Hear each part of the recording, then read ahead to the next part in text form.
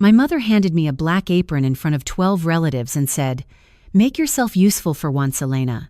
My father didn't even look up from his wine glass when he added, "And tomorrow, try not to embarrass us in front of Jonathan Mercer." My younger sister Sophia stood in the middle of the dining room surrounded by garment bags and white roses while I was balancing trays of champagne flutes like hired staff in my own childhood home. Then my aunt leaned toward me and whispered, "Sweetheart, where should the caterers park?" And before I could answer, my mother smiled tightly and said, "Oh, Elena's helping the servers this weekend." Everybody laughed softly like it was harmless. Like I was supposed to laugh too. Before we go any further, if this story truly resonates with you, if you've ever felt invisible in a room where you should have been loved, I'd really appreciate you liking the video and subscribing to the channel, but only if this story speaks to your heart. And tell me in the comments where you're watching from and what your local time is right now, because I always read them late at night when the world finally gets quiet. My name is Elena Castillo. I'm 32 years old, and the night my family treated me like hired help was the same night everything they believed about me started to fall apart. It started on a Thursday evening in late October, one day before Sophia's engagement party at my parents' house in Lake Forest, Illinois. The whole place smelled like peonies, furniture polish, and stress. White rental chairs covered the backyard under a heated tent that cost more than my first car. String lights had been wrapped around the maple trees. Somebody from catering was testing crystal glasses by tapping them with tiny silver spoons, and every few minutes my mother's voice sliced through the noise like scissors through paper. "No, not those candles, the ivory ones. Move the floral arch 6 inches left. Where's Elena?" I was in the kitchen ironing linen napkins because apparently the folds weren't sharp enough for my mother's standards. Steam rolled into my face while my cousin Ava sat on the counter scrolling TikTok in a silk bridesmaid robe. "Sophia looks unreal," she said without glancing at me. "Her life is basically perfect." I smiled politely and pressed another napkin flat. The iron hissed loudly in the silence. My mother walked in carrying 3 clipboards against her chest. "Elena, the seafood delivery's late. Call them." "I already did," I said quietly. "Traffic on I-94. They'll be here in 20 minutes. She paused like she hadn't expected me to have solved the problem already. "Fine. Then help the planner with table assignments." "The planner left," I reminded her. "She quit this afternoon." My mother closed her eyes for a second, like even hearing that exhausted her. "Then fix it. No thank you. No appreciation. Just fix it." That had been my role in this family for years. Fix the seating chart. Fix the florist. Fix the broken vendor contract. Fix the disaster quietly while Sophia smiled for pictures, and my parents pretended everything was effortless. Upstairs, I could hear my sister laughing with her friends while somebody curled her hair. The sound drifted through the staircase along with perfume and music and excitement. Nobody upstairs was worrying about backup generators or dietary restrictions or why the valet company suddenly doubled their invoice. That was my department. "Jonathan Mercer confirmed?" my father asked as he entered the kitchen.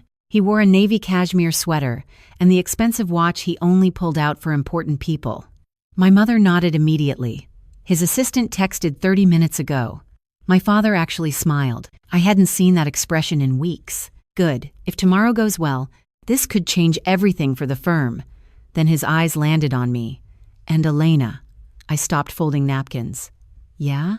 "Stay in the background tomorrow," he said it casually. "Like weather, like traffic. Jonathan Mercer invests in high-level people, sophisticated people. Don't start talking about your construction projects and confuse everyone." Ava snorted into her phone. My chest tightened so suddenly, I almost dropped the iron. Construction projects. That's what my father thought I did. After 15 years in architectural preservation consulting, after national awards, after restoring buildings his friends took photos in without realizing I led the projects, he still reduced my entire career to construction projects. I looked down at the linen in my hands, because if I looked at him too long, he might finally see something in my face I'd spent years hiding. "Got it," I said softly. He nodded once, satisfied, and walked out. The kitchen fell quiet, except for the low hum of the refrigerator and the distant sound of laughter upstairs. Ava finally glanced at me. "Why do you let them talk to you like that?" I folded another napkin carefully before answering, "Because it's easier." But even as I said it, something inside me shifted slightly. Tiny, quiet, dangerous. Around midnight, after the rental company dropped off the final shipment of glassware, I walked through the living room carrying extension cords and nearly stopped when I heard my parents talking in the study.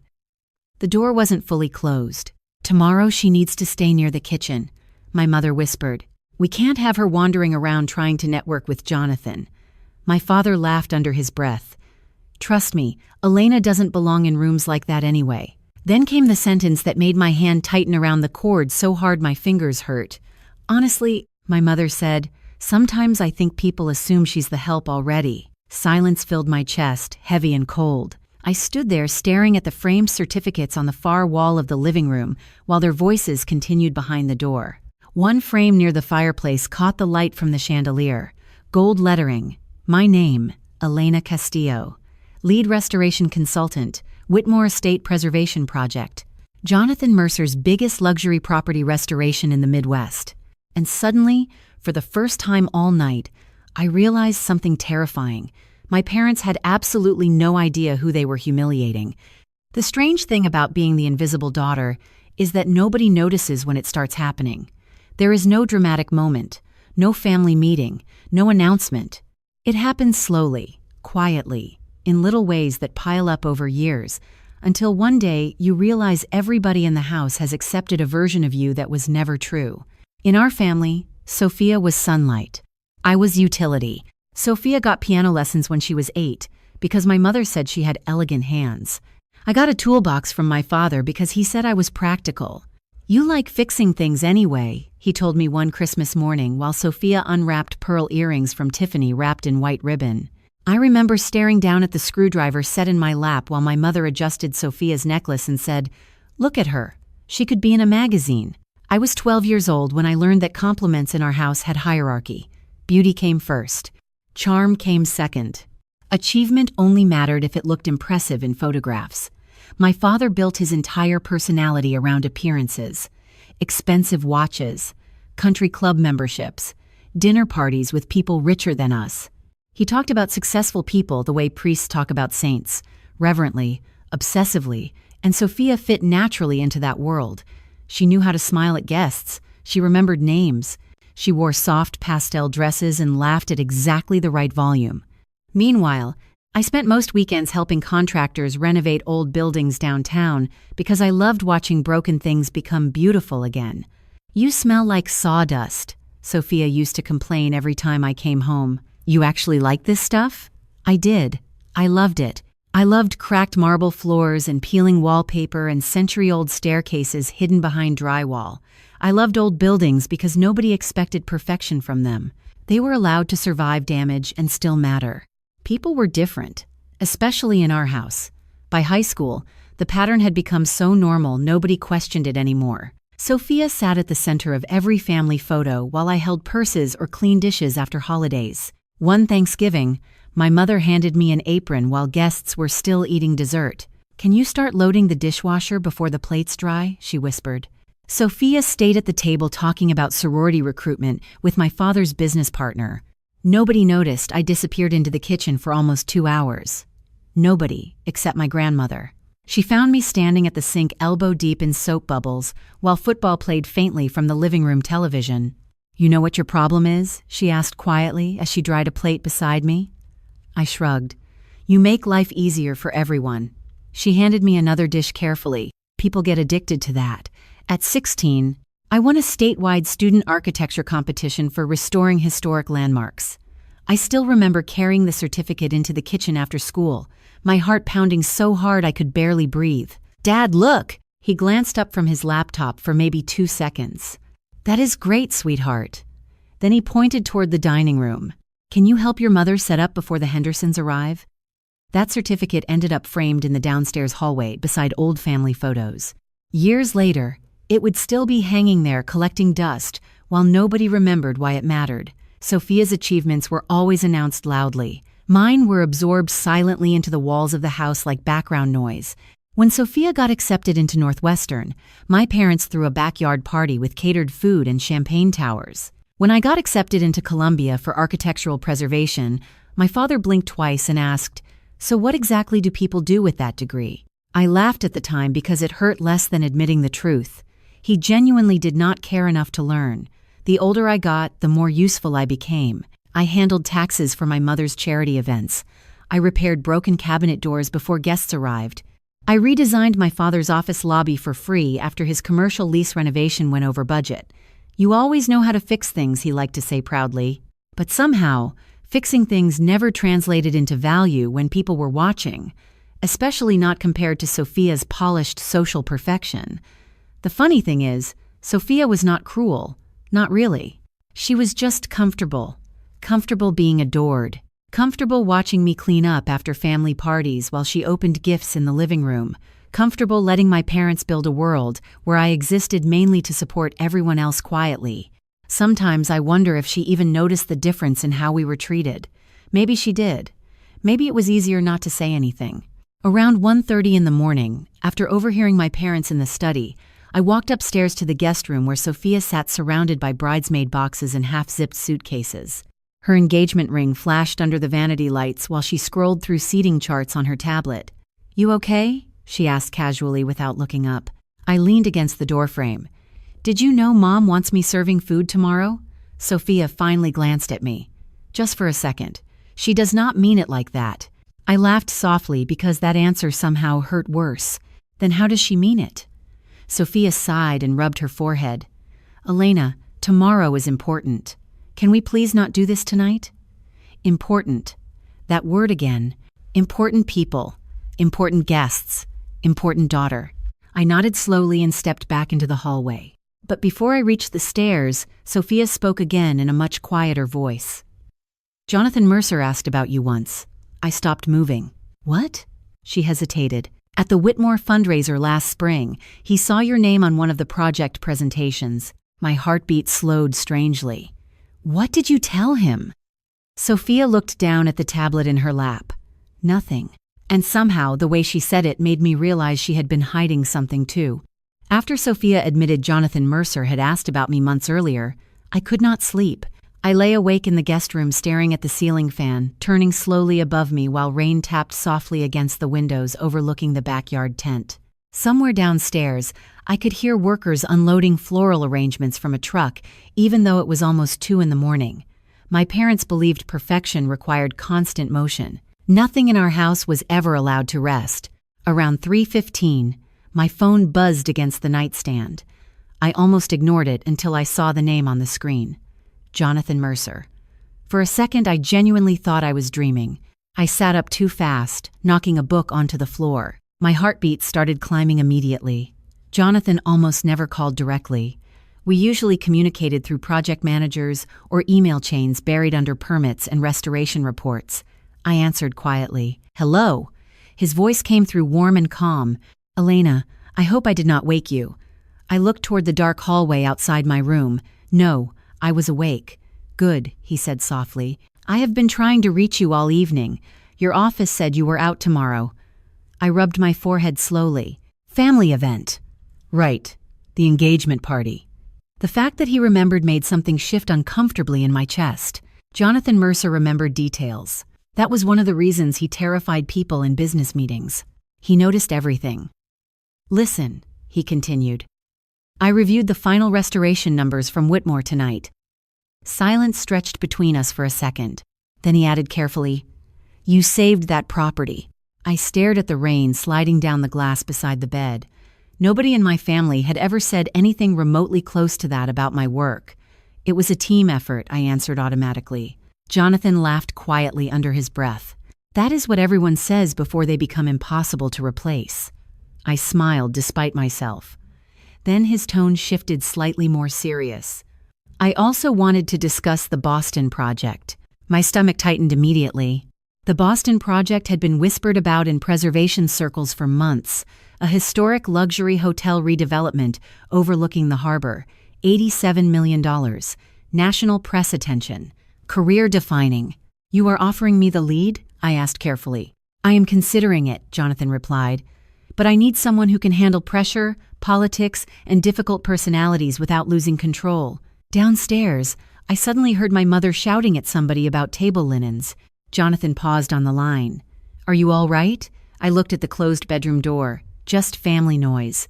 Another pause. Then he said something that stayed with me long after the call ended. You know, Elena, every time I meet people who worked with you, they describe the same thing. I swallowed slowly. What is that? They say you walk into chaos and somehow make everybody else feel safe. Nobody had ever described me that way before. In my family, I was useful, quiet, practical, easy to overlook. Safe was different. Safe sounded valuable. After the call ended, I sat there for a long time with my phone still in my hand, while thunder rolled faintly over Lake Michigan in the distance. Then my bedroom door opened without warning. Sophia stepped inside wearing silk pajamas and carrying a glass of water. "Who were you talking to?" she asked. I hesitated half a second too long. Her eyes narrowed immediately. "Wait." She leaned against the doorway slowly. "Was that Jonathan Mercer?" I looked away first, which was answer enough. Sophia let out a short breath through her nose. Wow. I could not read her expression. It was not exactly anger, but it definitely was not happiness either. "What did he want?" she asked carefully. "Work. At 3 in the morning? Different time zone." Sophia nodded once, but kept staring at me strangely. "You never talk about your projects around Mom and Dad," I laughed quietly. "They never ask." She shifted the glass between her hands. "You know Dad is obsessed with impressing Jonathan tomorrow. I noticed." "Then maybe," she stopped herself. "Maybe what?" She looked down at the carpet. Nothing. The silence between us stretched awkwardly until she finally spoke again. "You could help him, you know." That surprised me enough that I actually looked at her. Help him? With Jonathan? With connections? Business opportunities? Whatever. I stared at my sister, under the dim hallway light filtering into the room. "Sophia, Dad barely believes my job is real." "That is not true." I raised an eyebrow. She sighed heavily. "Okay, maybe a little." Then she added more quietly. "But if Jonathan respects you that much, tomorrow could change things," I almost answered. Almost told her she did not understand how exhausting it was, spending your whole life waiting for people to finally see you correctly. But before I could speak, voices exploded downstairs. My father shouting. My mother shouting louder. Sophia immediately turned toward the hallway. "What now?" We both stepped out onto the upstairs landing at the same time. Below us, my father stood in the foyer holding his phone, while my mother gripped the staircase railing hard enough her knuckles looked pale under the chandelier light. "What do you mean the event manager quit completely?" My father snapped into the phone. "Tomorrow morning? Are you kidding me?" Sophia looked at me instantly. So did my mother. The entire downstairs went silent for half a second. Then my father slowly lowered the phone and stared directly at me. And for the first time in years, I saw something unfamiliar in his expression. Not dismissal, not annoyance, need. The entire mood in the house changed the second my father realized the event manager was gone. Panic moved through the rooms like smoke under a door. Suddenly, everybody who had ignored me all night started looking in my direction. My mother climbed the stairs toward me too quickly, her silk robe brushing against the hardwood steps while she forced calmness into her voice. "Elena," she said carefully, "we just need a little help getting things organized." I stared at her for a second, because 12 hours earlier she had been assigning me serving duties like hired staff. Now her tone had softened into something almost respectful. Almost. "The planner quit because you screamed at her for moving candles 3 inches, I said quietly. My mother's jaw tightened immediately. This is not the time. Downstairs, my father paced across the foyer holding his phone against his chest while muttering numbers under his breath. "The valet company still has not confirmed.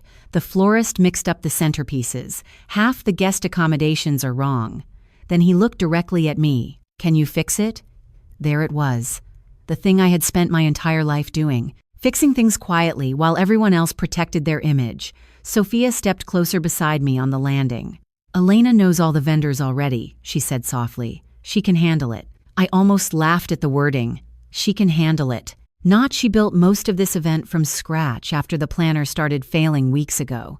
Not she has been solving every disaster behind the scenes while we took credit for everything looking perfect. Just Elena can handle it. My father rubbed his forehead hard. "Please." That word stopped me colder than shouting would have.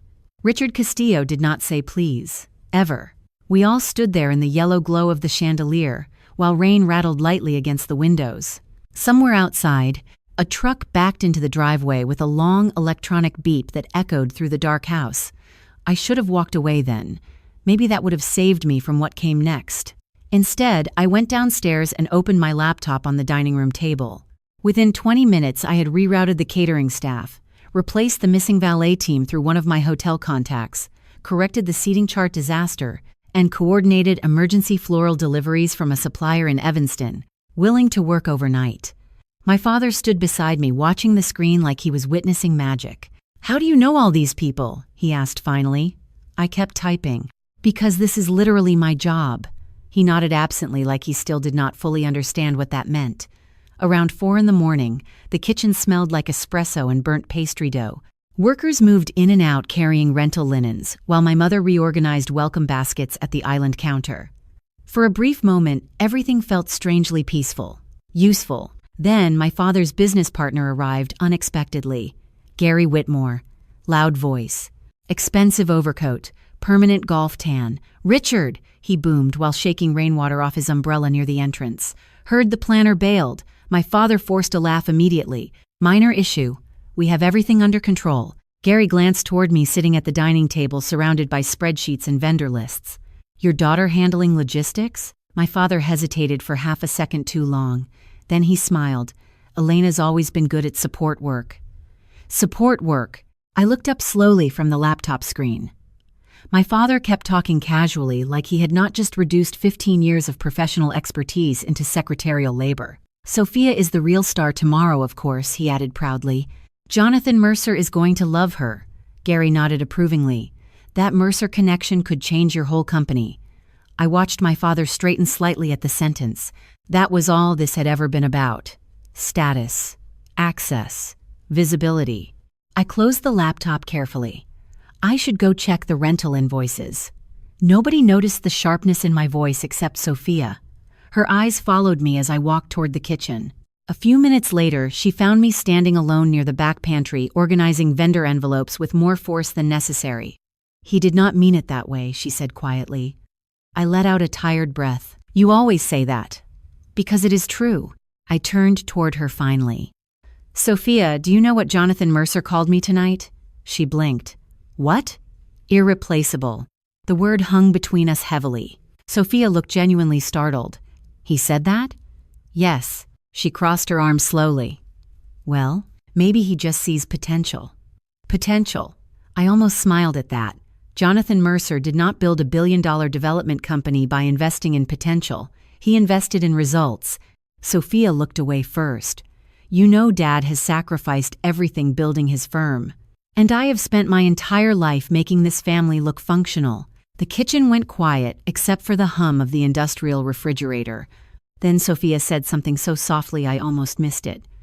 "Sometimes I think they are afraid of you." I stared at her. "What?" She shrugged uncomfortably. "You make people feel smaller." The irony of hearing that while standing in my parents' kitchen holding vendor receipts nearly knocked the breath out of me. Before I could answer, my mother rushed in holding her phone. Her face had gone completely pale. "Richard," she called sharply, "you need to come here right now." My father entered seconds later, still carrying coffee. "What happened?" My mother looked directly at me before speaking. "Jonathan Mercer's assistant just emailed." Silence filled the room instantly. My father set the coffee down slowly. "And?" My mother swallowed once. "Jonathan moved his arrival up." "How early?" "He will be here in less than 3 hours." Then she looked at the dining room table covered in my notes, my schedules, my emergency vendor lists, and finally at me. And for the first time in my life, I saw genuine fear enter my mother's eyes. By 6:30 that morning, the house no longer felt like a family home. It felt like a luxury hotel moments before a disaster inspection. Every light was on. Coffee machines hissed nonstop in the kitchen. Delivery men dragged rental furniture across hardwood floors, while my mother paced through the foyer, clutching her phone so tightly her wedding ring kept clicking against the case. Outside, the sky over Lake Forest had turned pale gray with the kind of cold October drizzle that made everything feel temporary. I sat alone at the dining room table, surrounded by schedules, revised invoices, and 3 different seating charts while my inbox filled faster than I could answer it. One florist canceled entirely after my mother insulted her assistant at 2 a.m. The valet company demanded full payment up front. One of the seafood suppliers accidentally sent 12 pounds of oysters to the wrong address in Naperville. Every problem landed in front of me eventually. Every single one. Elena, my father called sharply from across the room. Did you confirm Jonathan's security detail? I looked up from the laptop. Yes, they arrived 30 minutes before him. And parking? Handled. And the revised guest list? Handled. My father nodded once distractedly before turning away without another word. Not thank you. Never thank you. Around 7:15, my mother approached carrying a garment bag draped over her arm. Wear this today, she said quickly. I opened it slightly. Black dress, long sleeves, plain neckline, conservative enough to disappear in photographs. You do not want to look overdressed next to Sophia.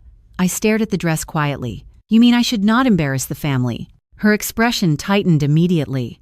Do not start with that attitude today. Then she lowered her voice. Please, we just need this day to go smoothly. I almost laughed at the word we. My mother only used we when something was falling apart and she needed saving. An hour later, guests had already started arriving from out of town. Expensive coats filled the hallway closet. Perfume drifted through the living room along with soft jazz music from hidden speakers. Every few minutes, someone stopped me to ask where things belonged, because apparently I looked like I worked there. Miss, where do these gift boxes go? Can you tell the bartender we need more champagne? Do you know where the restrooms are? At one point, an older woman pressed $20 into my hand and thanked me for helping with the setup. I stood there frozen, holding the folded bill, while she walked away smiling politely. Across the room, I saw my mother notice the interaction. She said nothing. That hurt more, somehow. Around 9:05, my phone buzzed again. Jonathan Mercer's assistant, Claire Benson. Her message was short. Jonathan requested confirmation that you will personally attend this morning's private reception. I stared at the screen for several seconds before typing back carefully. I will be there. Before I could lock the phone, another message appeared immediately. Good. He specifically asked for you. My stomach tightened. At that exact moment, my father entered the dining room carrying printed guest bios. Elena, I need you to stand near the catering entrance once Jonathan arrives. I looked up slowly. Why? Because if something goes wrong, I need you available. There it was again. Utility. Not daughter. Not professional. Just emergency support staff standing by quietly in the background. Actually, I said carefully, Jonathan requested that I attend the reception. My father blinked once. Requested? Yes. My mother overheard instantly from across the room. Why would he request you? The silence after that question stretched painfully long. I could feel Sophia watching from near the staircase while adjusting her engagement bracelet. I finally answered softly, because we work together. My father laughed lightly like the idea itself sounded exaggerated. Sweetheart, helping on one restoration project does not make you colleagues. I opened my mouth to respond, but my phone buzzed again. Another message from Claire. Jonathan also asked whether your parents are aware you led Whitmore Estate. I felt my chest tighten immediately.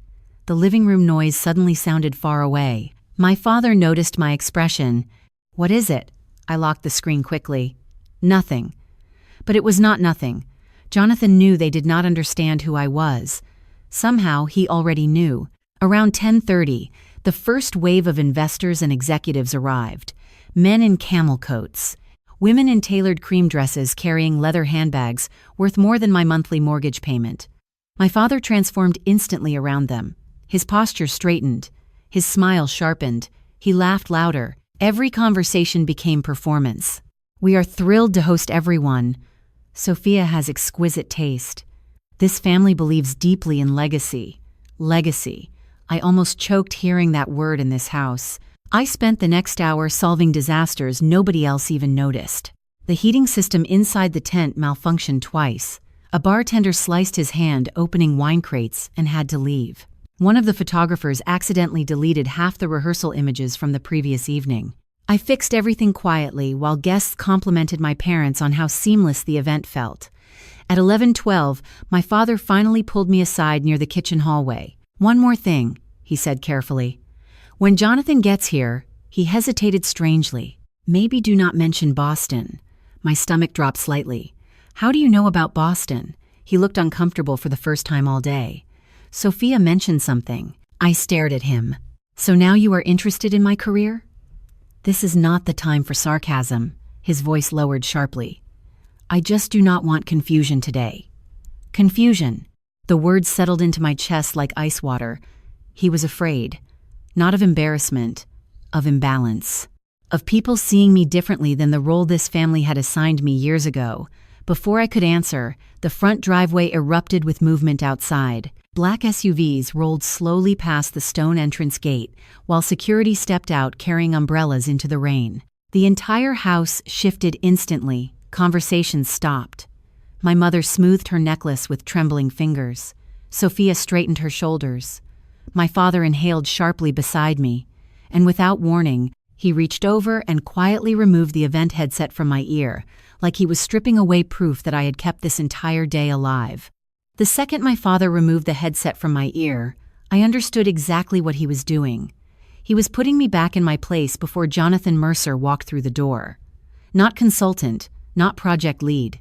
Not the woman who had spent the last 8 hours saving this engagement party from collapsing. Just Elena again. Quiet, useful, invisible. Dad, I said softly, staring at the headset now hanging from his hand. I need that for vendor communication. The staff can handle it from here, he replied quickly without meeting my eyes. Staff. Interesting choice of word considering 5 minutes earlier they had all been depending on me to keep the day alive. Outside, car doors shut one after another in the rain. My mother rushed toward the foyer, smoothing her cream-colored dress, while Sophia adjusted the diamond bracelet on her wrist with trembling fingers. Everyone suddenly looked polished, controlled, important. I stood there in the plain black dress my mother picked specifically, so I would blend into the background. Then my father looked directly at me and lowered his voice. Actually, he hesitated awkwardly. Why do not you stay near the kitchen for a little while until introductions are done? For a second, I honestly thought I misheard him. You want me to hide? His jaw tightened immediately. Do not make this dramatic. I have been running this event since 2 in the morning, and we appreciate that. The way he said appreciate sounded rehearsed, thin, like a sentence borrowed from somebody else's personality. My mother stepped in before I could respond. Elena, sweetheart, today is Sophia's moment. There it was. The sentence that had shaped my entire life. Sophia's moment. Sophia's future. Sophia's success. Everything else bent around it eventually. Even me. Behind them, the front doors opened. Cold air swept into the foyer, carrying rain and the smell of wet pavement. Voices greeted each other warmly near the entrance, while security moved quietly through the house. I watched my family physically reposition themselves toward the front hallway, instinctively forming the perfect picture before Jonathan entered. Nobody looked back at me, not even Sophia. She caught my eye for maybe half a second before turning away toward the guests. That hurt more than my parents somehow, because Sophia knew. She knew exactly who I was, and she still let them reduce me anyway. I stepped backward slowly toward the hallway leading to the kitchen while the sound of greetings grew louder near the entrance. Crystal glasses clinked softly. Someone laughed too hard. Expensive shoes crossed marble floors. I could hear my father's polished networking voice already rising above everyone else. Jonathan, welcome. We are honored you made the trip. I kept walking until the voices blurred together behind me. The kitchen felt strangely quiet compared to the rest of the house. Stainless steel counters, half-empty coffee cups, catering trays warming under yellow heat lamps. One of the servers glanced at me sympathetically. You okay? I nodded automatically. Long night. She smiled tiredly. Tell me about it. Then she handed me a folded linen napkin without thinking. Pure reflex. I took it before realizing what had just happened. Even strangers assumed I belonged with the staff now. I stood there staring at the napkin in my hands while something inside me finally started breaking in a way I could not quietly repair anymore. Not loudly. Not dramatically, just slowly. Like old wood splitting under too much weight, my phone buzzed against the counter. Jonathan Mercer. I froze instantly. The screen lit up with his name while voices drifted faintly from the foyer down the hallway. I let it ring twice before answering quietly. Hello? Elena. His voice sounded warm, distracted. I just arrived. I know. I have not seen you yet. I looked down at the black napkin still folded in my hand. I am in the kitchen. Silence. Short. Sharp. Why? I almost lied. Years of survival made dishonesty feel automatic around discomfort, but suddenly I was too tired to protect everybody else's image anymore. Because my family thought it would be better if I stayed out of the way. Another silence. Longer this time. Somewhere beyond the hallway I could hear my father laughing loudly at something Jonathan probably did not even find funny. Finally, Jonathan spoke again. Quieter now. Elena. I leaned against the stainless steel counter hard enough to feel the cold metal through the dress fabric. It is fine, but my voice cracked slightly on the last word, and I hated that he heard it. I closed my eyes immediately. Jonathan did not speak for several seconds. Then he asked softly, "Do they know?" I already understood the question before he finished it. Do they know who you are? Do they know what you built? Do they know why half the preservation industry takes your calls immediately? I swallowed hard. Not really. The noise from the foyer suddenly erupted louder. Applause. My mother's voice greeting more guests. Sophia laughing. Life continuing perfectly without me. Jonathan exhaled slowly into the phone. Stay where you are for a minute. Why? But the line had already gone dead. I stood there alone in the kitchen, holding my silent phone, while steam rose from catering trays and rain tapped softly against the back windows. Nobody came looking for me. Not my father. Not my mother. Not even Sophia. 10 full minutes passed like that. Long enough for me to realize something painful. If I disappeared completely from this family tomorrow, they would not miss me emotionally. They would only miss what I did for them. The realization settled quietly into my chest. Heavy. Permanent. Then one of the younger catering assistants hurried into the kitchen, breathless, eyes wide. She said nervously. There is a man up front asking for Elena Castillo specifically. I stared at her. Who? She blinked twice. Jonathan Mercer. And for the first time all day, something inside me stopped collapsing. For a second, I thought the catering assistant had the wrong person.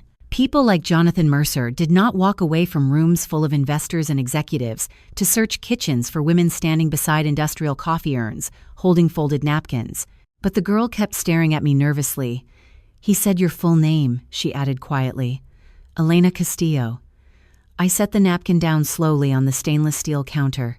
My hands suddenly felt strange, too light, too cold. Outside the kitchen doorway, I could still hear the soft hum of conversation from the reception area. Crystal glasses clinking, piano music drifting through hidden speakers. My father laughing too loudly again. The entire house still moving forward without realizing something underneath it had already shifted. I followed the assistant down the hallway toward the foyer. Halfway there, I saw him. Jonathan Mercer stood near the fireplace, speaking with 2 investors, while rainwater darkened the shoulders of his charcoal overcoat. Tall, calm, silver at his temples. The kind of presence that made rooms reorganize themselves automatically. But the second he saw me, the conversation around him stopped mattering. There you are, he said immediately. Not polite, not formal, relieved. Every eye in the room turned toward me at once. I felt it physically. My father, standing near the bar, froze mid-conversation. My mother's champagne glass paused halfway to her lips.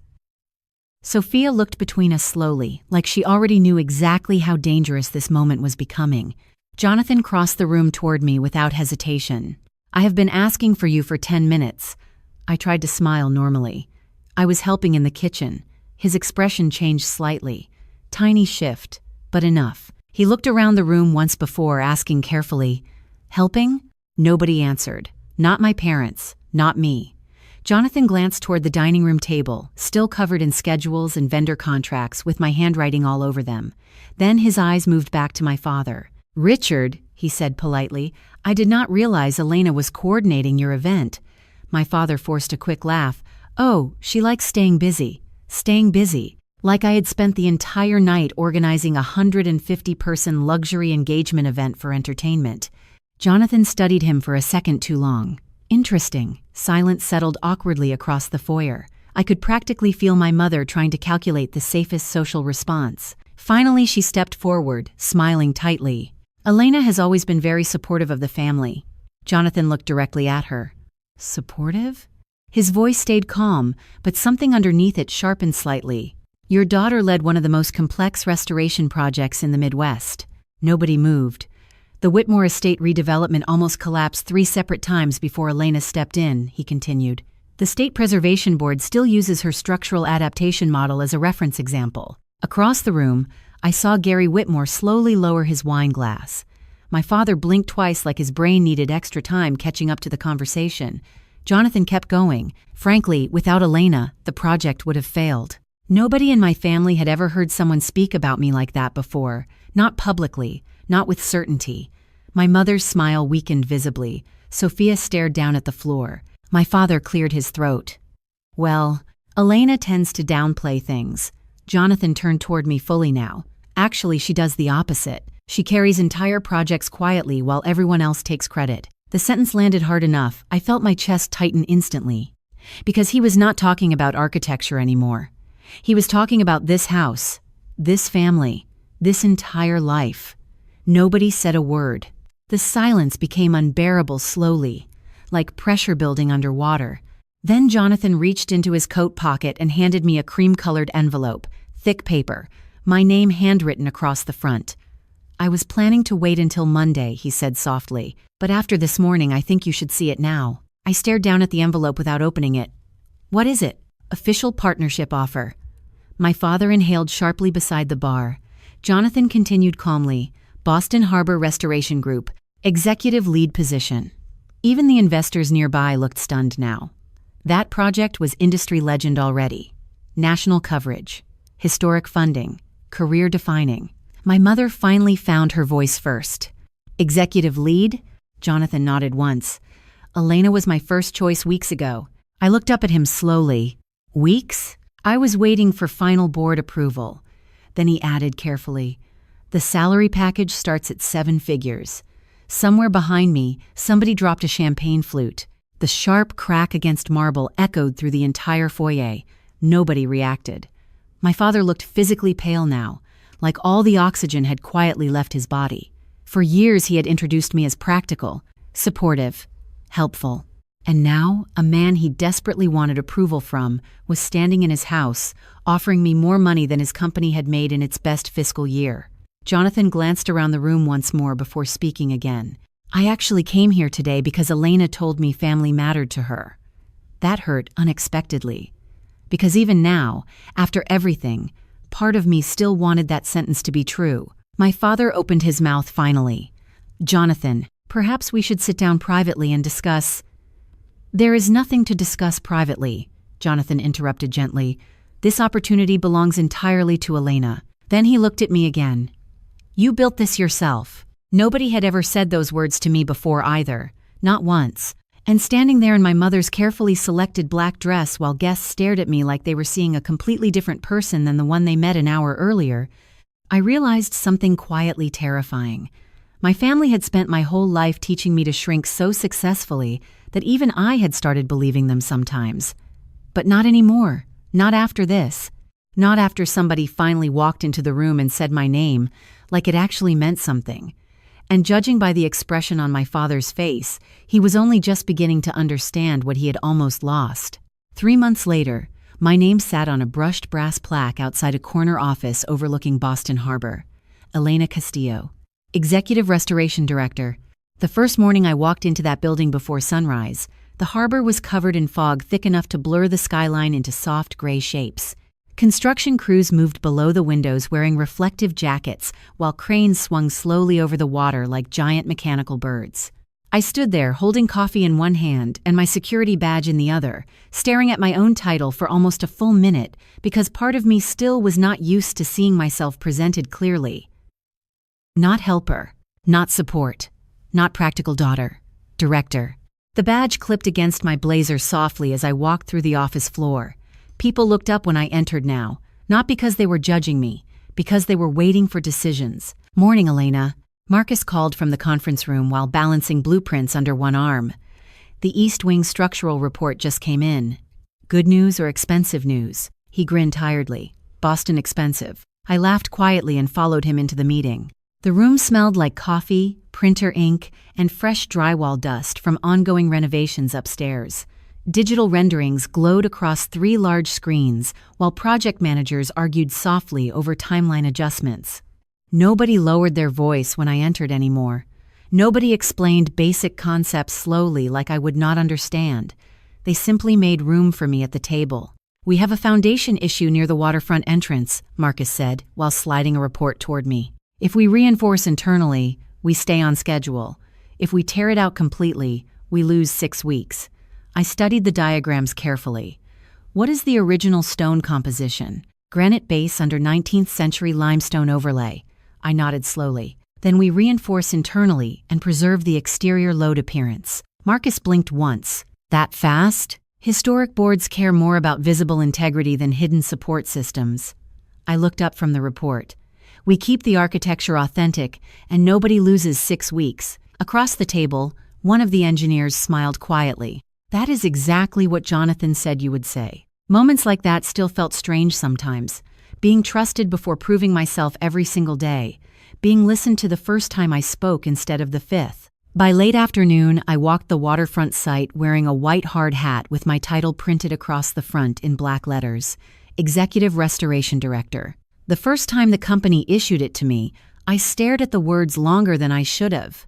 Titles mattered in ways I used to pretend they did not. Not because of ego, because they changed how people looked at you before you even opened your mouth. Construction crews nodded as I passed through the unfinished hotel lobby. Steel beams stretched overhead while sunlight poured through massive restored windows facing the harbor. "Afternoon, Miss Castillo," one of the foremen called. The marble samples arrived. "Put them in conference room 3, I answered automatically. "And somebody cover the east staircase before tonight's rain." Already handled. I kept moving through the site, listening to drills echo against old brick walls, while sawdust floated through cold autumn air. This place had become mine slowly. Not through announcements, through consistency, through showing up before everybody else and leaving after dark when the harbor lights reflected gold across the water outside my office windows. Jonathan stopped by around 6, carrying takeout containers from a small seafood place near the harbor. "You skipped lunch again?" he said while setting food down beside my laptop. "That is becoming a pattern." I glanced up from permit revisions. "You sound exactly like Marcus." "Marcus is correct." He sat across from me, loosening his tie slightly. "How bad is the east wing?" "Manageable."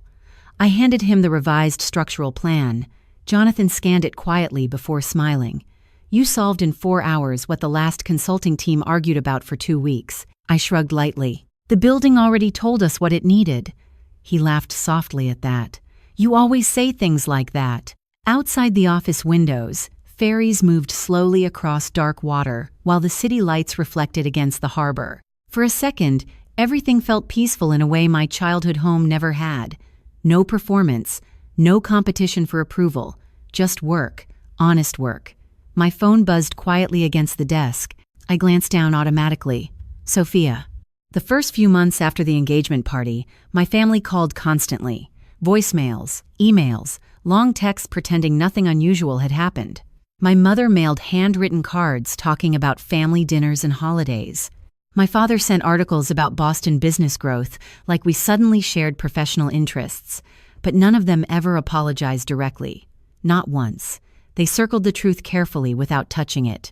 Sophia was the only one who sometimes came close. "You should answer eventually," Jonathan said gently while opening his takeout container. I stared at the phone for a second longer before locking the screen again. "Maybe." Jonathan nodded once without pushing further. That was another thing successful people understood better than my family ever did. Respect. Real respect never demanded access. Around 8:30, after most employees left, I walked alone through the unfinished grand ballroom overlooking the harbor. Temporary work lights cast long shadows across restored columns, while rain tapped softly against the windows. I stopped near the center of the empty room where future wedding receptions and charity galas would eventually happen beneath crystal chandeliers. The polished floor reflected my silhouette back at me faintly. Hard hat in one hand, security badge against my blazer, my own name attached to decisions that mattered. Somewhere far away in Illinois, my parents were probably still trying to understand how the daughter they treated like background support became the most important person in the room without them noticing. And standing there in that unfinished ballroom with Boston Harbor glowing dark blue outside the windows, I realized something quietly. The story they told themselves about me had finally stopped controlling the truth. 6 months after I moved to Boston, I found myself standing in the ballroom of the Whitmore Foundation Winter Gala, holding a champagne glass I had barely touched, while snow drifted softly outside the floor-to-ceiling windows overlooking the harbor. The ballroom looked completely different now, finished, alive.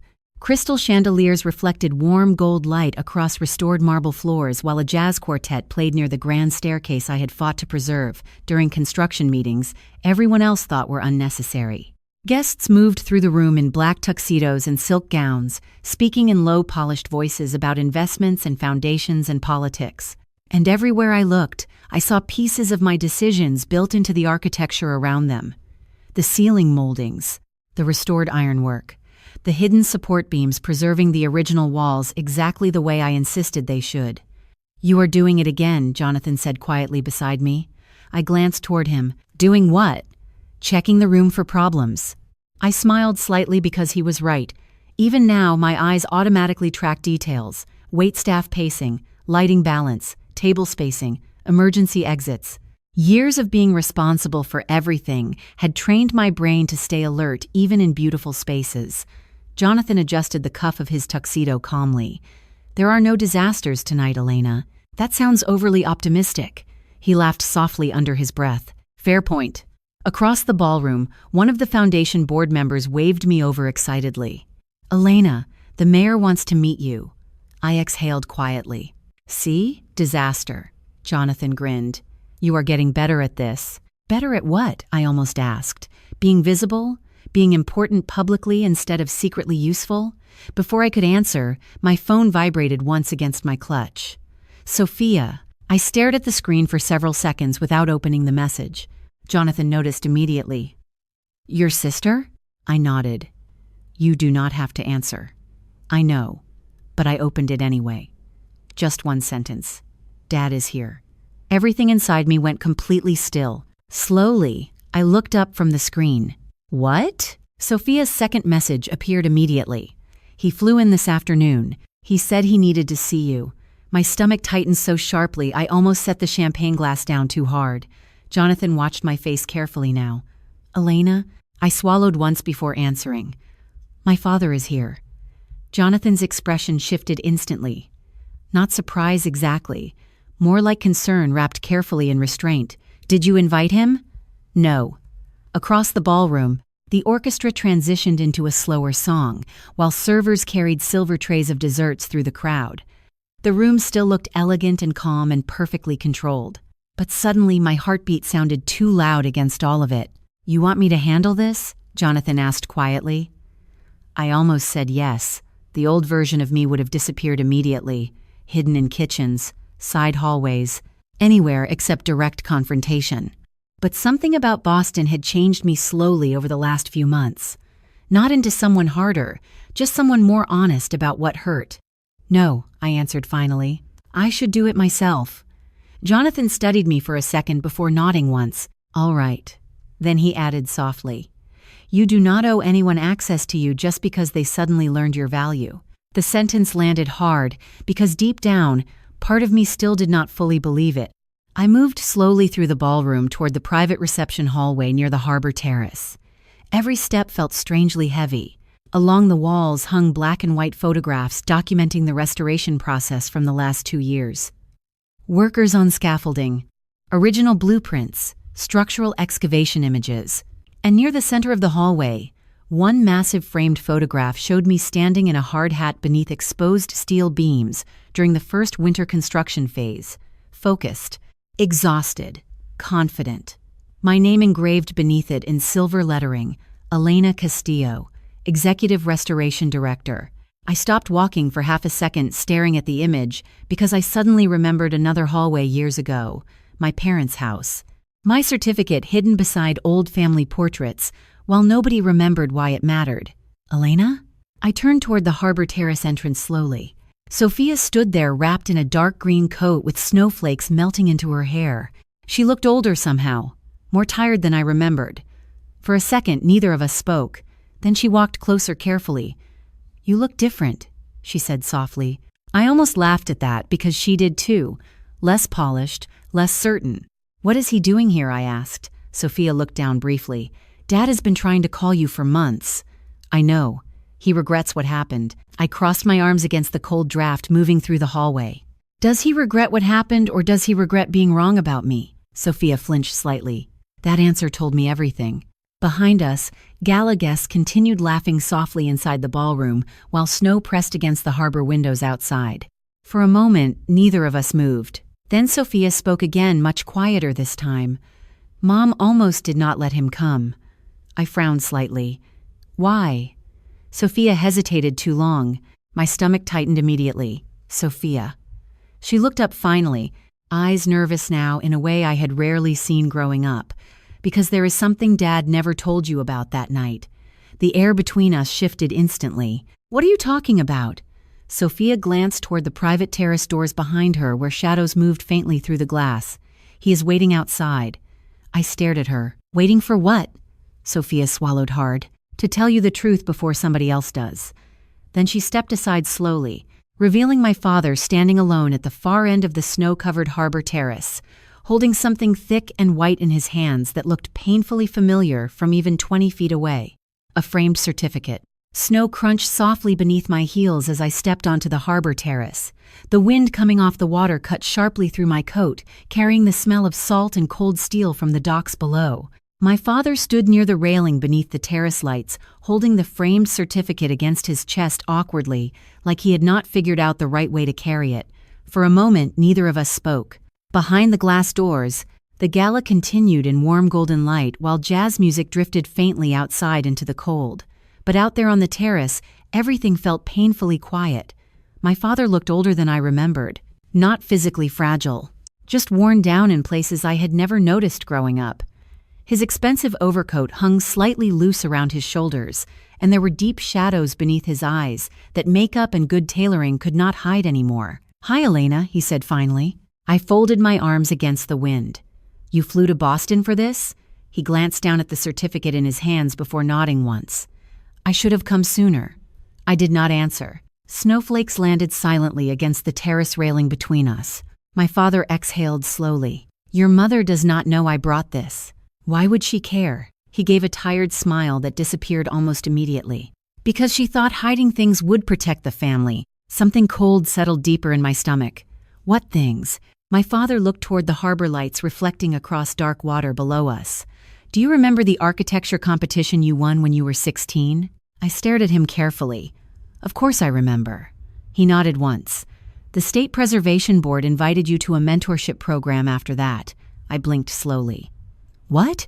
His eyes closed briefly. "You never got the letter." The wind seemed to disappear for a second. "What are you talking about?" My father tightened his grip on the certificate frame. "The program director called the house twice asking why you never responded." I stared at him without breathing properly now. "I never heard about any mentorship program." "I know." His voice dropped lower. "Your mother intercepted the letters." I felt something inside my chest physically shift. Not anger yet. Something stranger. Like a memory suddenly rearranging itself into a completely different shape. "Why?" I asked quietly. My father looked away. "Because the program was in New York." I laughed once softly in disbelief. "So?" "Sophia was struggling that year."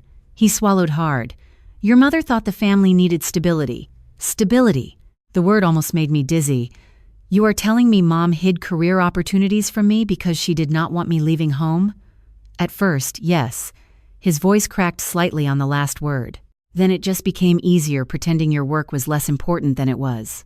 Snow gathered slowly on the terrace railing beside us while jazz music pulsed faintly through the ballroom windows behind me. I could hear distant laughter inside. Crystal glasses clinking. Rich people discussing donations and investments, while my entire understanding of my own life quietly cracked open outside in the cold. "You knew?" I asked finally. My father nodded once without looking at me. Not immediately, but eventually. Another nod. I stared at him. "And you said nothing." His jaw tightened painfully. "I told myself we were protecting the family." "No." My voice stayed calm somehow. "You were protecting the version of the family that made you comfortable." He flinched slightly. The silence afterward stretched long and heavy between us. Finally, he held the framed certificate out toward me carefully. "I found this in the attic 2 months ago." I looked down at it slowly. It was not the Whitmore certificate from my parents' hallway. This one was older, cream-colored paper slightly faded around the edges. Gold-embossed seal near the bottom corner. My name centered across the page. Elena Castillo. Accepted into the National Young Preservation Fellowship Program. New York City.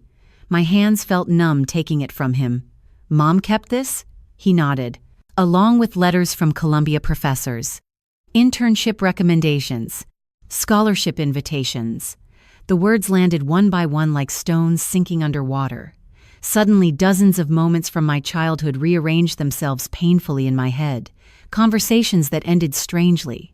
Opportunities that disappeared mysteriously. Teachers asking why I never replied to emails I had never seen. I looked up slowly. How many? My father could not meet my eyes now. More than I can justify. The honesty of that answer hurt worse than excuses would have. I stared down at the certificate while snow collected silently against the glass frame. 16-year-old me had thought nobody noticed her talent enough to care. The truth was somehow worse. They noticed. They just feared what would happen if I realized my life could become larger than the role they built for me inside that house. Sophia knows? I asked quietly. My father hesitated. That hesitation was answer enough. I closed my eyes briefly. Since when? A few years. I laughed again softly, but this time it sounded hollow even to me. That is why she looked so uncomfortable at the engagement party. My father nodded slowly. She tried to tell your mother it was wrong. But not me. The wind moved harder across the terrace now, carrying snow against our coats. My father looked smaller suddenly, standing there beneath the terrace lights. Not powerful, not intimidating, just a man finally forced to look directly at the damage he helped create. I thought keeping you close meant keeping you safe, he said quietly. I stared at him for several long seconds before answering. No.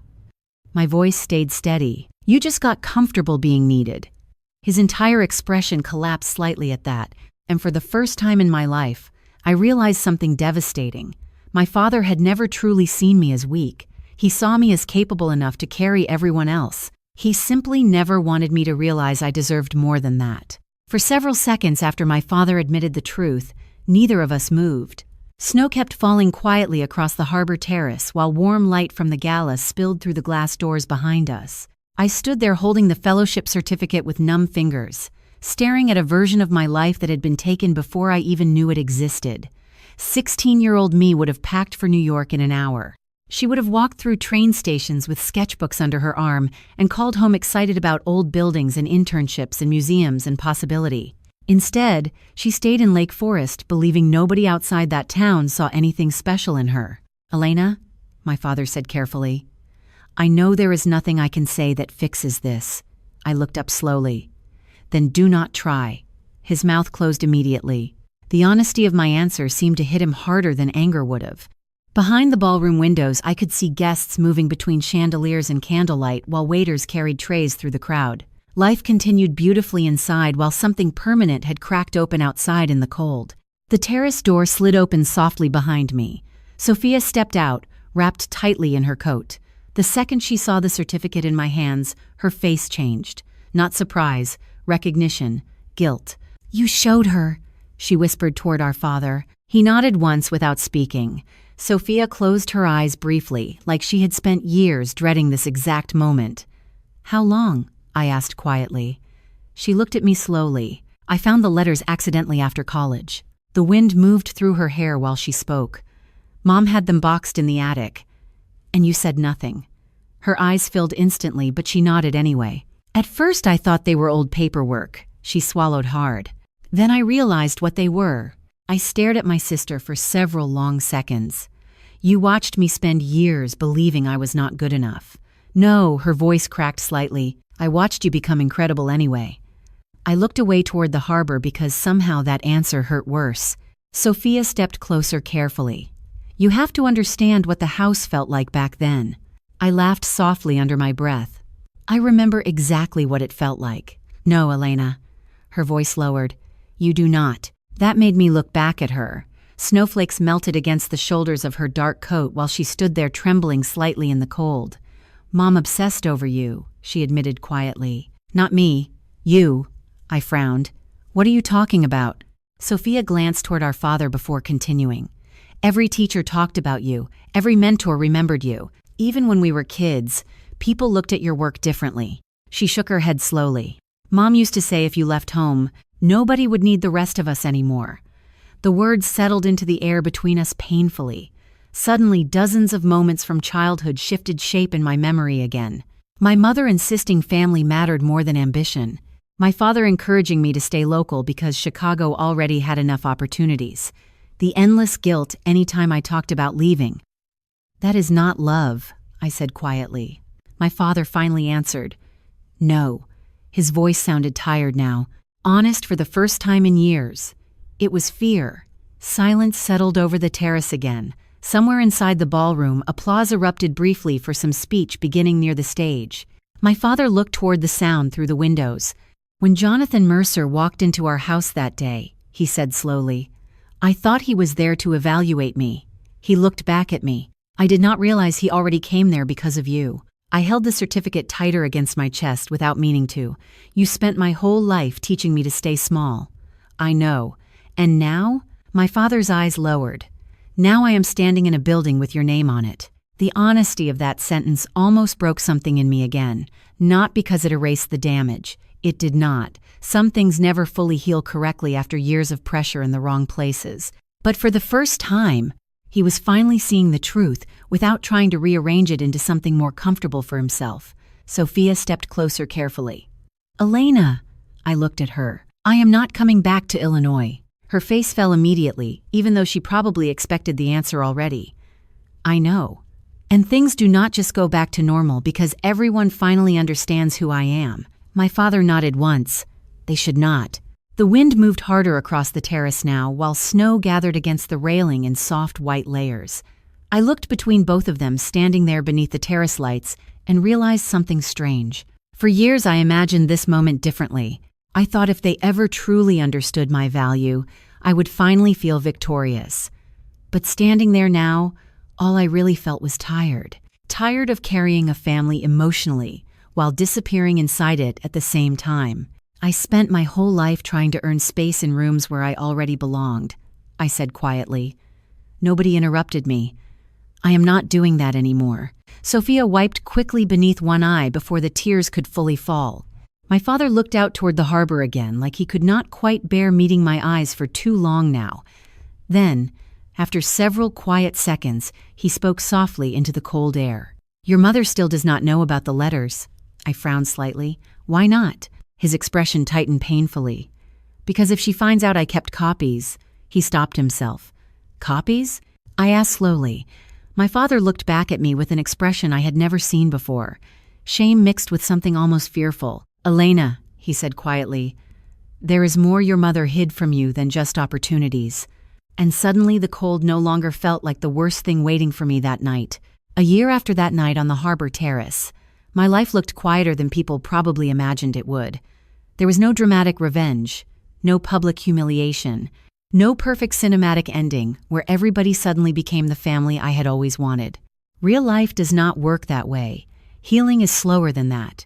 More ordinary, more honest. Some mornings I still woke up before sunrise, expecting to solve everybody else's problems before touching my own. Some holidays still felt heavy. Some phone calls still sat unanswered for days before I found the emotional energy to listen to them. But the difference was this: my life finally belonged to me. Boston changed me in ways that had nothing to do with money or titles. Yes, the projects grew larger. Yes, magazines started mentioning my name beside restoration work people once said was impossible. I traveled more, spoke at preservation conferences, led teams across 3 different cities. But the real change happened quietly in smaller moments. I stopped apologizing before speaking in meetings. I stopped shrinking my accomplishments to make other people comfortable. I stopped believing love had to be earned through usefulness. That was the hardest lesson of all. A few months after the gala, my mother finally called me herself. Not to defend what happened, not exactly. More like someone standing in the ruins of a version of themselves they no longer fully understood. "I thought keeping you close meant keeping the family together," she admitted quietly over the phone one evening while snow fell outside my apartment windows. I remember staring at the harbor lights while listening to her breathe on the other end of the line. "No, I answered gently. Keeping someone small is not the same thing as keeping them close. She cried softly after that. Not dramatic crying. The kind people do when they finally realize they cannot undo years by saying sorry once. We still speak now. Carefully, slowly, like people learning a new language together after years of misunderstanding each other completely. My father changed too, though differently. Less words. More honesty. Last spring he flew to Boston again for the opening ceremony of another restored property downtown. I almost told him not to come, but when I walked onto the stage that evening, I saw him standing near the back of the room holding the same old fellowship certificate from New York, inside a new frame. The paper had been professionally restored, the damaged edges repaired carefully. He noticed me looking at it afterward and said quietly, "I figured if you spent your life restoring broken history, your own deserved the same respect." That sentence stayed with me for a long time. Sophia and I are still figuring things out. Some wounds between sisters do not disappear just because the truth finally comes out. But now our conversations feel more real. Less performance. Last month she visited Boston alone. We walked along the harbor for almost 2 hours, drinking coffee while cold wind moved through the city streets. At one point she stopped walking and looked at me carefully before asking, "Do you ever wish you had found out sooner?" I thought about it honestly before answering, "Every day." Then I smiled a little. But maybe I needed to become this version of myself without their permission first. She nodded slowly, like she understood exactly what I meant. The truth is, there will always be people who feel safer when you doubt yourself. Sometimes they are strangers. Sometimes they are family. Sometimes they love you and still limit you because your growth forces them to confront parts of themselves they would rather avoid. That realization used to break my heart. Now, it just makes me more careful about who gets access to my peace. If you are listening to this right now while feeling invisible inside your own relationships, I need you to hear me clearly. Your value does not decrease because someone failed to recognize it properly. And you do not have to destroy yourself trying to convince people to see what they benefit from ignoring. Protect your finances. Protect your emotional health. Learn how to stand alone before you hand people the power to define your worth. Trust your instincts when something feels wrong. God gave us intuition for a reason. Sometimes your spirit notices disrespect long before your mind is ready to admit it. And please remember this too. Being needed is not the same thing as being loved. Real love leaves room for your growth. Real love celebrates your becoming instead of fearing it. My name is Elena Castillo. I am 33 years old now, and the core lesson I want to leave with you is this. Never stay so loyal to other people's comfort that you abandon your own future. Tonight, the fellowship certificate sits framed beside the windows of my Boston apartment overlooking the harbor, not hidden in an attic, not collecting dust in a hallway. Sometimes early in the morning before the city wakes up, sunlight hits the gold seal just right and fills the room with warm reflection across the glass. Every time I see it, I think about the girl who once believed being overlooked meant being unworthy. She had no idea her life was always meant to become larger than the room people tried to keep her inside. Thank you for staying with me through this story, truly. If any part of it spoke to your heart, I hope it reminded you that healing is possible, even when it starts with heartbreak. And if you are still carrying wounds nobody around you fully understands, I hope you know you are not as alone as you feel tonight. If you want to share your own experience, I would love to read it in the comments. And if stories like this help you feel seen, you are always welcome here. There are more stories waiting in this channel about people who lost themselves, trying to keep peace inside families that only valued their silence. Stories about quiet strength, second chances, hidden truths, and the moment people finally realize their worth. So if your heart needs another reminder that survival can still lead to something beautiful, I hope you will stay a little longer and watch the next story with us.